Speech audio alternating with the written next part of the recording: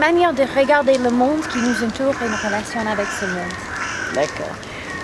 Est-ce que c'est cette formation scientifique qui vous a amené à vous pencher sur la médecine alternative, entre guillemets, le chamanisme? Alors tout ça, c'est arrivé tout naturellement. C'était au nom de mon projet de thèse de doctorante que je me suis rencontrée le monde des médecines alternatives. Oui. Et en découvrant un monde à l'époque caché des autres dont on ne parlait pas, oui, tout à fait. C'est Oui. bien sûr, ça m'a intéressée. Alors pourquoi ce livre? La conscience multidimensionnelle, alors déjà, je dirais pas ça veut tout dire, on se pose plutôt une question. Une vision anthropo-cosmique. Alors là, il faut quand même un peu expliquer. Alors, le livre sur la conscience, parce que je trouve que c'est un mot qu'on utilise beaucoup. Oui. On a beaucoup de perspectives différentes, mais on n'a aucune synthèse de qu'est-ce que c'est la conscience. Donc l'idée pour le livre, c'est vraiment de présenter une vision multidimensionnelle, multinivelle de la conscience sur tous les niveaux, physique et métaphysique. Et anthropo-cosmique, parce que anthropo comme l'homme, voilà, parce que l'homme cosmique qui est au centre du cosmos. Et le but du livre, c'est de faire découvrir ou de passer un message? Il y a une raison, quand on écrit ce genre de livre qui sort quand même un petit peu de l'ordinaire, il faut être honnête, il y a donc un but. Alors, c'est quoi le but? Alors le but pour moi, c'est vraiment de partager mon petite quête individuelle, de comprendre qu'est-ce que c'est la conscience et notre expérience dedans. Et après que ce livre soit pour découvrir, pour aider, pour voilà, me remettre en chemin. Les gens, à la limite, ça peut leur servir de mode d'emploi pour comprendre certaines choses qui sont un petit peu, entre guillemets, je dirais, occultes. Oui, c'est ça, parce que la conscience, ça peut aller très facilement dans la philosophie que dans la métaphysique.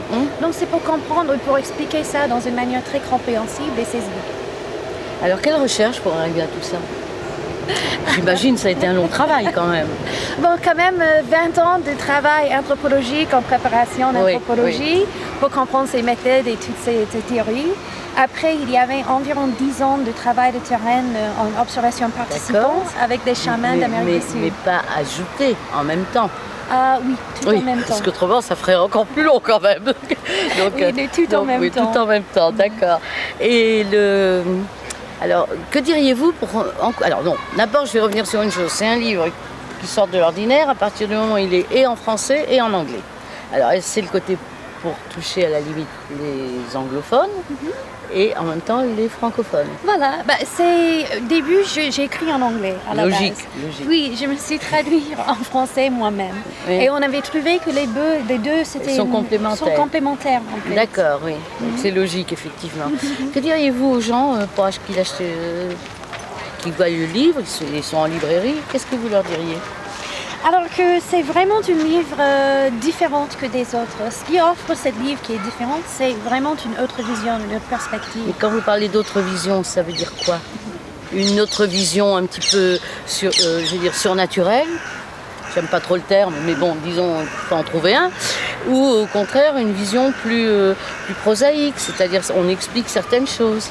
C'est ça le grand but de ce livre, c'est à la fois les deux. Sortir du côté un petit peu marginal, on va dire. Voilà, c'est à la fois les deux. Donc, je suis un scientiste à la base, scientifique donc quand même. J'ai une approche assez scientifique pour comprendre et l'expliquer dans une façon prosaïque.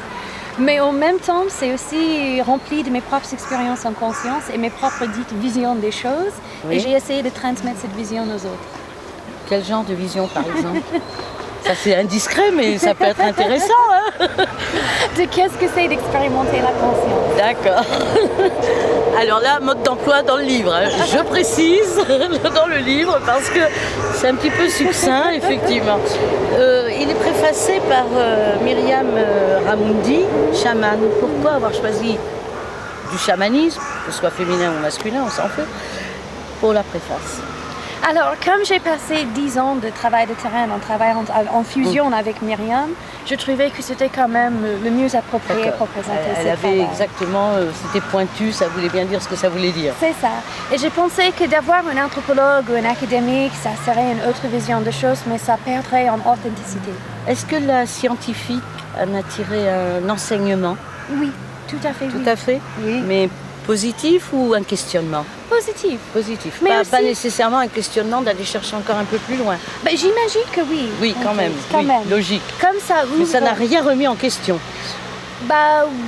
Non, c'est pas fait pour remettre en question. D'accord. Donc c'est pas une vision critique des questions D'accord, clés oui. sur la conscience. Par contre, c'est fait pour vraiment expandir, élargir le champ de vision de chacun. Exactement. Il y a et le leur côté expérience. scientifique, il y a le côté... Et les deux ensemble donnent justement une vision totalement différente et moins partielle. C'est ça, à la fois théorique et pratique. D'accord. Et multidimensionnel.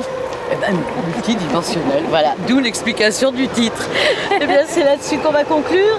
Merci Laurel McEwen. C'était un grand plaisir, merci.